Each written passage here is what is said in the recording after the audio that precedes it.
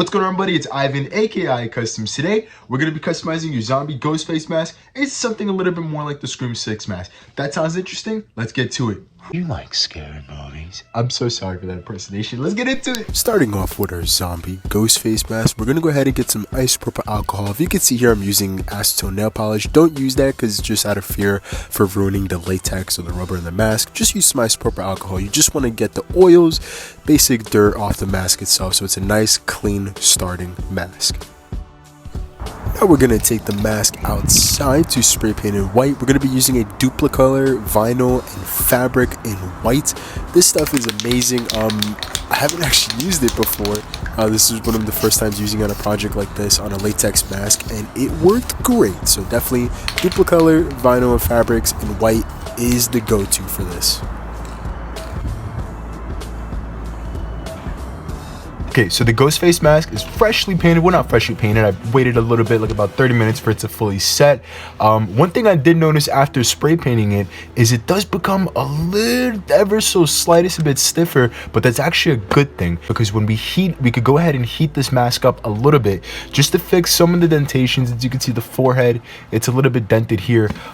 With this new layer of spray paint over this, and after heating and molding a little bit, it actually holds the shape a lot more. And I noticed it when I did it on this eye here, because when I had it mounted down in spray painting, it was a little bit crushed. After I heated it and held it, it held in place. And that didn't happen. I tried to heat mold it before spray painting, it didn't hold the shape. After spray painting, heat molded some areas and I was able to hold the shape, which is really, really nice. I'm also really digging all the textures that are coming up through this.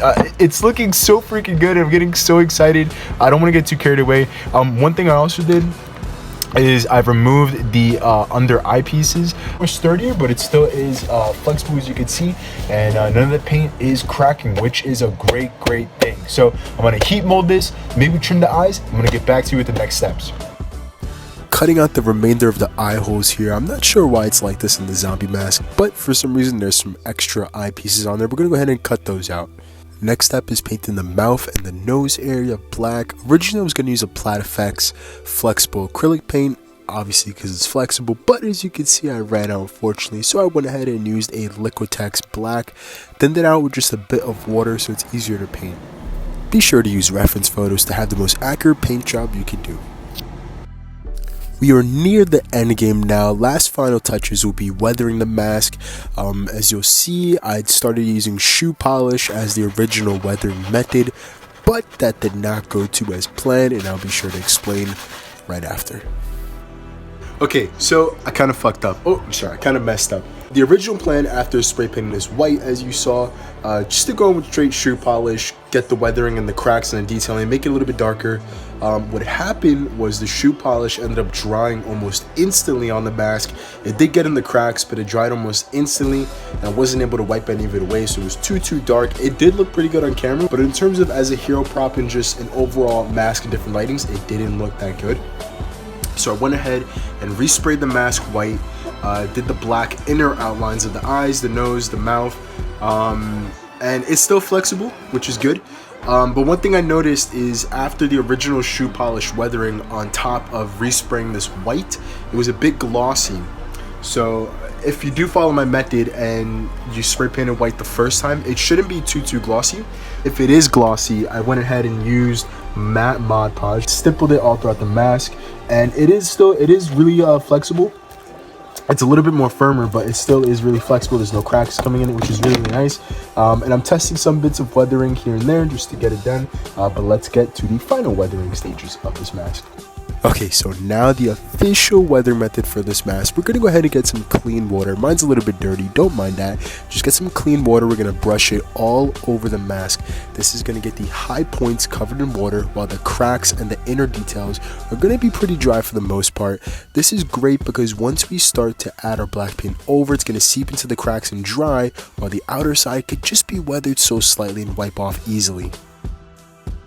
Because the mask is water, we don't really have to water down the black acrylic paint. I did just a little bit, but not too much. I'm going to go ahead and brush the black acrylic paint all over the mask while it's wet. Let it sit for like a minute or two. You don't want it too dry. You just want the paint to really seep in the cracks. You still want the top to be wet. Go ahead and damp and rub the black paint off the top of the mask.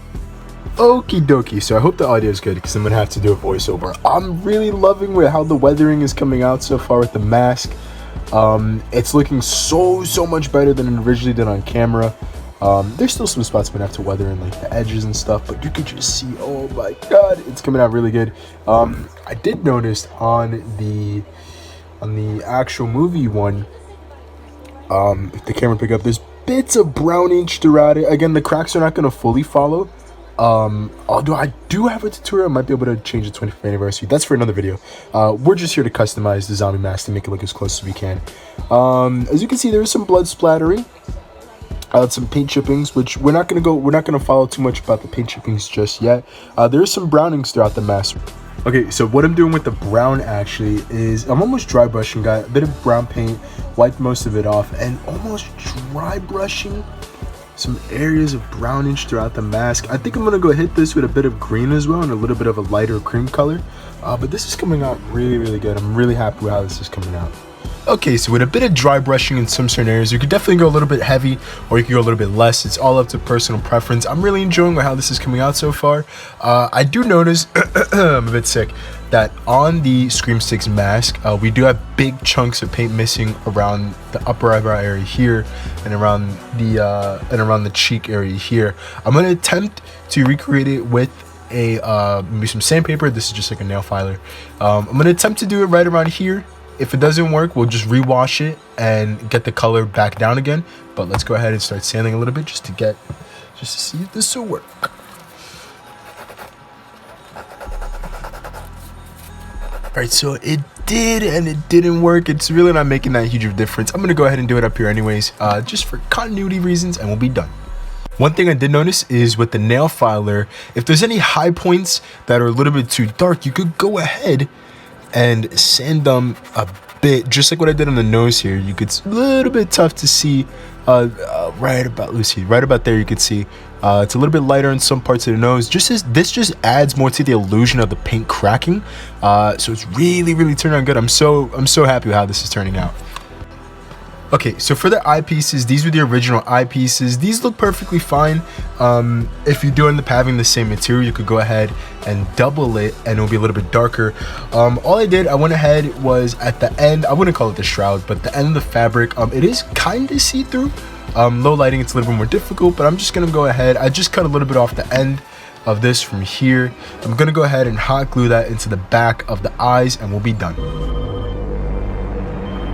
Let's play a game. Maybe.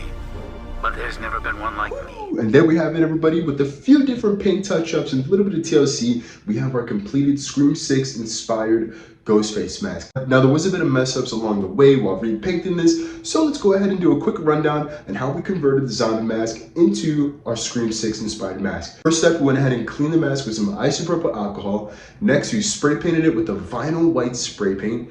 After, which is optional, if the mask is too glossy, you can go ahead and stipple on some matte Mod Podge. And finally, weathering with some black acrylic paint washes. Some quick little distressings with some brown dry brushing, and we are finished. Thank you guys again so much for checking out this video. I hope you guys enjoyed it. Hope you guys learned something. I know I did throughout this process of painting it. Please be sure to check out my previous video on unboxing the original zombie mask as well as the 25th collector set. And I'll catch you all in the next video. Peace out.